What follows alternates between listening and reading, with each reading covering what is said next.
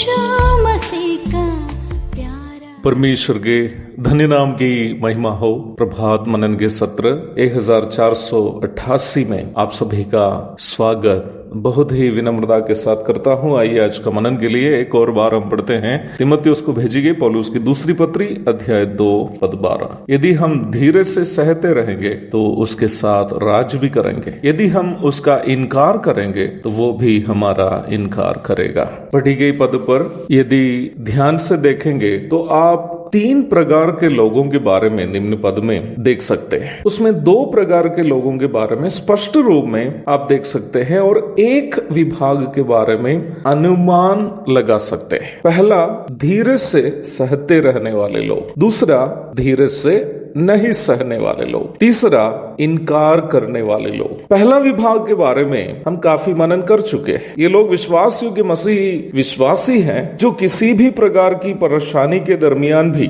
यीशु मसीह से गहरा प्रेम करने के कारण उन परेशानियों को झेलते हुए विश्वास में बने रहते हैं या प्रभु के द्वारा दी गई सेवा कार्य को किसी भी परेशानी सहते हुए जारी रखते हैं। ये वही लोग हैं जो पाप के साथ या झूठे उपदेश के साथ समझौता नहीं करते हैं। ये लोग प्रभु के 1000 वर्षीय शासन में और वैसे ही नई धरती के शासन में प्रभु के संग ऊंचे पदवियों में रहकर राज करेंगे। इस प्रकार के एक प्रथम विभाग होने के कारण दूसरे विभाग के बारे में हम स्वाभाविक रूप में अनुमान लगा सकते हैं। ये ऐसे विश्वासी है दूसरे प्रकार के लोग जो परेशानियों से बचने के लिए, नहीं तो बदनामी से बचने के लिए पाप के साथ या झूठा उपदेश के साथ समझौता करते हैं। मुझे ये कहने में अत्यधिक खेद है कि वर्तमान समय के बहुमत के लोग इस श्रेणी के लोग हैं। ये लोग उद्धार पाए हुए हैं, वचन की सच्चाइयों को कई हद तक जानते हैं, प्रभु से और प्रभु की सेवा से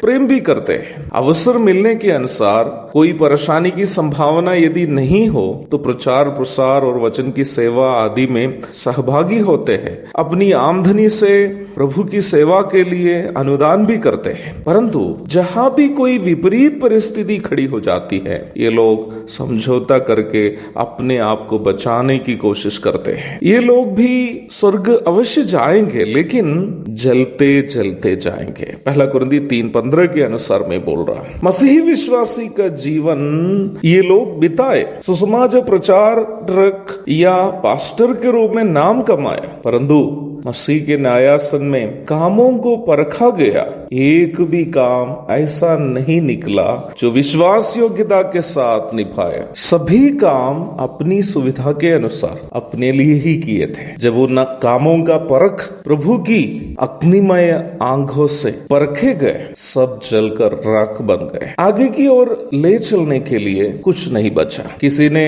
इस विषय को समझाने के उद्देश्य से इस प्रकार कहा, स्वर्ग में भी गरीब और भिखारी जरूर होंगे जो नरक से तो बच गए लेकिन स्वर्ग में जीने के लिए संसार में कुछ नहीं कमाया। तीसरा विभाग के लोगों के बारे में हम इस पद के दूसरा भाग में देखते हैं। ये लोग वही हैं जो परेशानियों के सामने प्रभु का इनकार करके सांसारिक जीवन में वापस चले गए हैं। ये ऐसे लोग हैं जो पाप में गिरने के बाद पश्चाताप नहीं करते हैं, मसीहत को अपना गलत योजनाओं के लिए, अपना लाभ के लिए उपयोग करते हैं। जैसे यहूदा इस्करियोती ने अपना प्रेरितायित्व की पदवी को रुपये की चोरी करने के लिए इस्तेमाल किया था। फिर ऐसे लोग जो विश्वास में आने का बहाने में कुछ समय के लिए मसीही संगति में रहा, बाद में सताव या परेशानी को झेलना पड़ा तो प्रभु का इनकार करके अपना पुराना जीवन में वापस चले गए। ऐसे लोगों के बारे में इब्रानी 10 की 26 से 29 तक के पदों में और दूसरे पत्रस 2 की 20 से 22 तक के पदों में भी आप स्पष्ट रूप में देख सकते हैं। ऐसे लोगों के बारे में पद में बताया गया है कि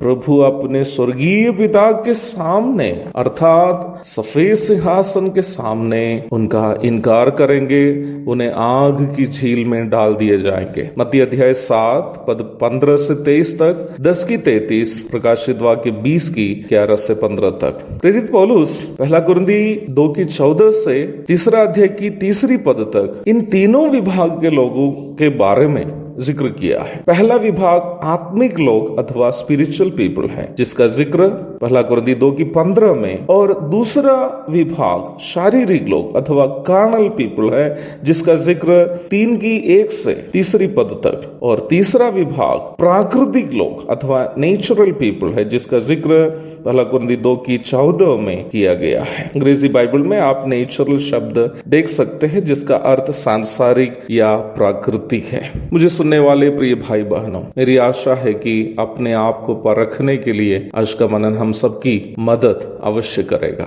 हम इन तीनों विभागों में किस विभाग में हैं? क्या हम आत्मिक लोग हैं जो कष्ट सहते हुए भी प्रभु के लिए, उपदेश के लिए, आत्मिक जीवन के लिए, सच्चाई के लिए खड़े रहते हैं, या हम दूसरे विभाग के विश्वासी है क्या जो परेशानियों के सामने उपदेश के साथ, पाप के साथ समझौता करते हैं? क्या हम वो तीसरा प्रकार के लोग हैं जो अभी तक वास्तव में उद्धार नहीं पाए हैं? यदि उद्धार नहीं पाए हैं, यीशु मसीह को अपने हृदय में बुलाकर पाप से पश्चाताप करके एक पवित्र जीवन बिताने का निर्णय आज ही लीजिए ताकि आपको बाद में पछताना नहीं पड़े। एक और शुभ दिन की धन्य कामनाओं के साथ आज का मनन का मैं यहाँ पूर्ण विराम करता हूँ। प्रभु आप सबको आशीष दे। आमीन।